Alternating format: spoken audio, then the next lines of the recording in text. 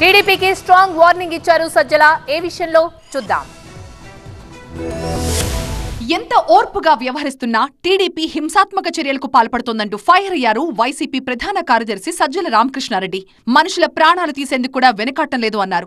దాడులు చేసిందే కాక తిరిగి ఎన్నికల కమిషన్ కి ఫిర్యాదు చేస్తున్నారంటూ మండిపడ్డారు. సీఎం జగన్ పై జరిగిన దాడి మర్చిపోకముందే మరో హత్యకు పాల్పడ్డారని ఆగ్రహాన్ని వ్యక్తం చేశారు. ఈ నిగ్రహంగా ఉండడం అనేది చేతగాంతనంగా ఎవరు అర్థం చేసుకోవద్దనేది గట్టిగా హెచ్చరిస్తున్నాం. నిజంగా కన్నెర్ర చేస్తే ఒక్కడు కూడా రోడ్ల మీద తిరగలేడు. తెలుగుదేశం పార్టీ నాయకులు కానీ కార్యకర్తలు కానీ వైఎస్ఆర్ కాంగ్రెస్ పార్టీ గెలవబోతోందనే భయంతో వాళ్ళు చేస్తున్న కుట్రలు వాటికి మరింత ఊతం ఇచ్చే రకంగా వ్యవహరించకూడదని మేము సంయమనంతో దీన్ని చేతగాంతరంగా భావించొద్దని హెచ్చరిస్తున్నాం. గుంటూరు జిల్లా తాడేపల్లిలో టీడీపీ నేతల దాడిలో మృతి చెందిన వైసీపీ నేత వెంకట్రెడ్డి మృతదేహానికి నివాళులర్పించారు వైసీపీ నేతలు Sajjala Ramakrishna Reddy, regional coordinator Ayodhya Rama Reddy, MLC Lella Appi Reddy, మాజీ మంత్రి రావెల కిషోర్ బాబుతో పాటుగా పలువురు నేతలు హాజరయ్యారు. వెంకట్రెడ్డి కుటుంబాన్ని ఓదార్చారు. పార్టీ పరంగా అన్ని విధాలుగా ఆదుకుంటామని హామీ ఇచ్చారు. ఇంకో 20 రోజుల్లో రాష్ట్రానికి పట్టిన టీడీపీ అనే పీడ వదిలిపోతుంది అన్నారు సజ్జల.